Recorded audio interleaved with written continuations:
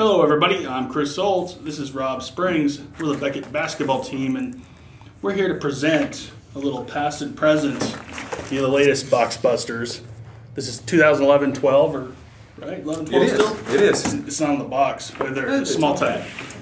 Past and present from Panini America. Give me the breakdown of what we should expect in here.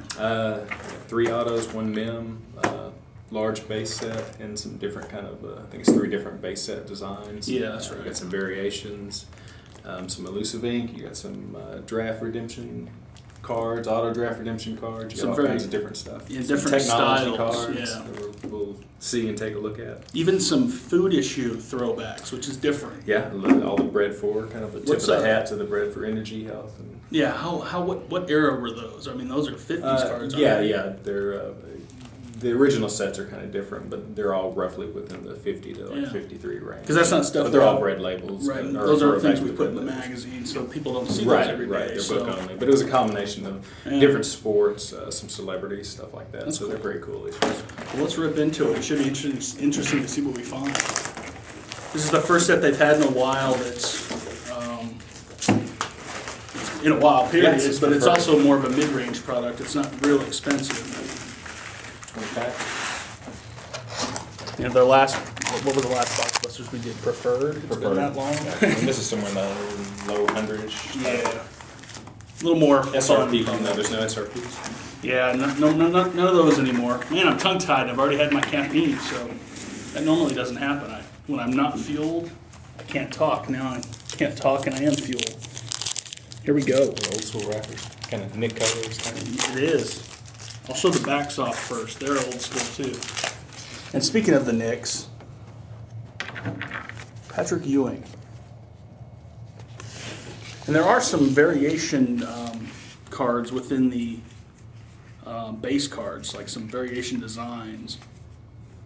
But off the top of my head, I don't recall what they are. Which are kind of cool because it's also kind of got, I guess powdery is the best way to describe it, kind of old school on that. Well, they look like they've been worn. Right. They're aged, so. Here's the coach of the Orlando Magic, Dwight Howard. Oh, wait. He's the GM too, right? Well, it hadn't been announced yet. He could, although I think he said he wanted to trade again. So. Oh, good. Thanks, Dwight. Yeah.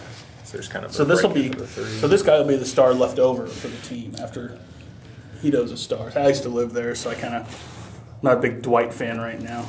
I'll admit it. Breakout cards, which is kind of got the embossing on the brick. Don't know if that's going to come through or not. Yeah, you can see it. And I have in my first pack a Reigning Threes card, which is also another card like that. Mm-hmm. It's got sort of a kind of almost a suede finish to the base part of the card. It's not, but it has a different feel to it with some spot UV on top of the player and the splatter, the water. That's a little different. It's kind of hard to tell. I mean, it's cool in person. I'll go ahead and check yours out over here. That's different. A little bit of embossing, although technically it's not really embossed. At least not on the back. How about that?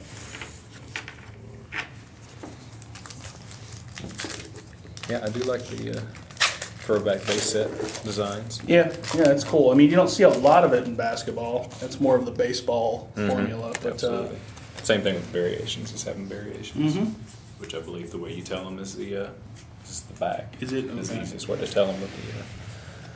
There's another Reigning Threes with the spot UV and the kind of the players kind of pops out from the card. The stock on these cards is actually quite strong. Just something, just kind of looking at them. They're not high gloss or anything, but they're definitely sturdy.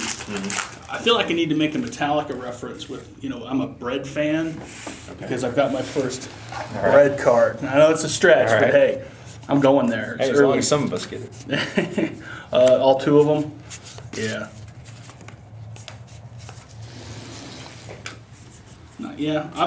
Watch, I will pull a variation and not know it, so. Breakout. The John Wall. There you go. And different players run across. Most of the guys I think are run across a couple different sets of a couple different base cards. But Yeah, it's interesting. But I like how they all look old, but they all look distinctive at the same time. Yeah, I mean, that's a little confusing with the base set having the 4 different looks, but I think once you sort them, it'll make sense. I mean, how they're alive. It still meshes, though. I mean, it's not like one is... You couldn't figure out that was part of the base set. So. How about the first rookie card of 2011-12? Is it? This is, well, that's a good question. That'll be addressed in Beckett basketball coming soon. This is a draft 11 card, so this is a autograph redemption card for a draft pick from this past year's draft. This is card number XRCW. Actually, it's card number 0 for player XRCW. And what that is there's going to be a draft in October to determine which player actually gets attached to card W and all the other ones. That's why at this time we are treating them as 2 separate insert sets, both the autograph versions and then the 12-13, which are draft, because with all of them having card 0s, they're not numbered. We don't know what they're going to be numbered. Yet. So if after they did the lottery, if these cards are now 201, 202, 203, then we'll look at getting them right into the base set where they're more the base set feel, same numbering. Then they would more likely be XRCs. Okay. Now on the draft picks, so for the 12-13, because they've renumbered them, it looks like 1 through 25. Those might still say more of an insert set, but that's what I was. We'll just kind of see. We just don't. And that's the reason why we've kind of tagged them as TBD exchanges, just because we don't know, like you guys, we don't know what the cards are going to look like, all the details on them. So, just because they're in one set and broken out a certain way now does not mean that's where they will finish, depending on how the market kind of treats them as we go along. Yeah, how about another bread card? Bread for energy, Amir Johnson. My last one was a bread for health. There is a difference, as you can see. I didn't mean to get us going off on the rookie tangent, but it's a good. And there's also a third redemption for the entire set of next year's rookie draft picks. So pretty cool. Now, I do like the fireworks. Yeah, they're different. Yeah, I saw the video online. I didn't catch that, but that does pop definitely more than a little more than the reigning threes in the breakout. But this one's definitely. They're definitely different. Here's another card from the same kind of sets of, the other sets, the inclusions, the inserts, whatever you want to call them. I mean, they're inserts. A Marc Gasol Changing Times card, which has kind of an embossed basketball texture on the background. And the players who were played in the ABA have an ABA ball, and the even older players have a different style of ball in their cards. So it's kind of a cool, small touch. There you go. That's cool. Very cool. Oh, yeah. Jersey swatch. Huge jerseys. Long, oversized swatches. Derrick Rose. Right on. Not numbered on the base, but the parallel is numbered. So the bread for health. Actually, that's my first in my box. Yeah, I've got 3 already. So I've already got several. You've got all your hits, or 2 of your hits out of one side of a box, and I've got mine. Oh, speak of the devil, though. How about a Vin Baker elusive autograph? There you go. If you remember your mid to late 90s, you remember him. Joe Johnson. They have some mixed commentaries and opinions on boards and stuff like that on the elusive ink, but Well, the idea was to find elusive signers, so guys who haven't had a lot of autographs. So that's cool because you can find value there. A Vin Baker's not going to cost him a lot to get him to sign. And I know some people have said, "Well, that's just." An easy whatever, checklist. Because these guys are. But at the same time, this is a 100-card checklist, so it's not like it's 10 cards of guys that haven't signed, but nobody really wants them. It's there may be some of those guys sprinkled in, but at the same time, because the checklist is so large, it's kind of adds to the fun. I got my first fireworks card, and it's John Wall. It's interesting. That's kind of a 90s throwback, really. Some of the odd printing textures. It's different. I mean, on that one, I actually don't like that one as much as a couple of the others, just because, like I think this is a very forward-pushing visual insert. Very non-traditional, but they're cool. Something different. This is. Yeah, and I don't know if it. That's a short print. Some of the technology may not be that new, but at the same time, a lot of it has not been done in a while in basketball, necessarily by Panini. Now, there's some stuff that playoff as well as back in the '90s. They did a lot of stuff like the textured footballs and things like that. So that's the thing is back then there were a lot of different places they could use to help print their cards. A lot of companies with technology and things they could do. The technology probably hasn't necessarily disappeared, but the companies that used to do all those custom printing kind of things have. Right.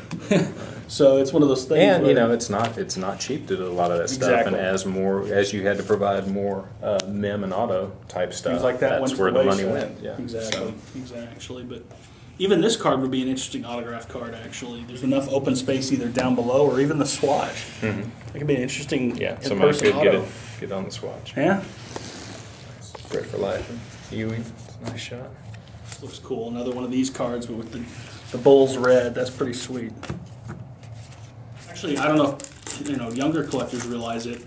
The bread cards are a throwback to the 50s, as we said, where marketing gurus who were trying to sell more bread decided to put a piece of cardboard at the end of the loaf in the package. So you'd have a bag loaf of bread with a card on the end, which would have pictures of athletes, cartoon characters, whatever, and all in the effort to sell more bread is how these cards were made originally. Kind of like baseball cards and tobacco cards. So here's one of the draft pick redemptions for the standard for the guys that have not been drafted yet, 12-13. Robertson, Changing Times, and this shows you the different style. He's a little bit older school player there, so the basketball is different. I want to see one of the ABA ones. Those look pretty cool. Elusive Ink of Allen Houston. That's cool. I think I have him from Beckett. Very popular autographics card. He didn't have that many though. No. Hence the elusive card. Hence the inclusion. Elusive card. It's obligatory. I know we've already shown it, but how about a Bread for Health card of Paul Pierce? He hasn't always been all. I've got an autograph here of Bob Love. And another rating 3s, Dirk Nowitzki, another cool, colorful card. Sam Jones. Here's a base set parallel autograph. There you go. That's cool. So it was another fire card. Bob McAdoo and Landry Fields, both Knicks. I too have pulled a there you go. Variation. At least 2 per case. Yeah. Because these always come out of the same Larry case Bird for distribution. Lenny Wilkins, breaking out insert, or breakout insert. My final card, my final pack, pretty good way to go. Irvin Magic Johnson. So overall for me, I think this is a lot of variety, a lot of quirkiness, a lot of interesting different things that should grab people's attention. Yeah, I mean, where the price is, and you kind of look around, you get some different designs, some good technology. You still get 3 autos and 1 mem. This is my favorite right here. These cards, they're just different. The fire is cool, but I like that one more. I think it's because it's slightly simpler. But the bread cards, autos. Yeah, and like you said, this is I think this is something warranted where it's good enough to warrant bringing it back next year, and we'll see. Maybe they'll capitalize and do more variations, more of the baseball type style or something with the variations. Right. But I mean, it's a nice break. You get a lot for your money. You got some good throwback. They're not parallels, but throwback inserts with the bread for categories. It's nice. It's a nice break. Yeah, I was going to say this. I mean, not to retro quarterback or anything, but this would have been a cool set to open the season with, just because it's just so different. All right, well, that was 2011-12 Past and Present from Panini America.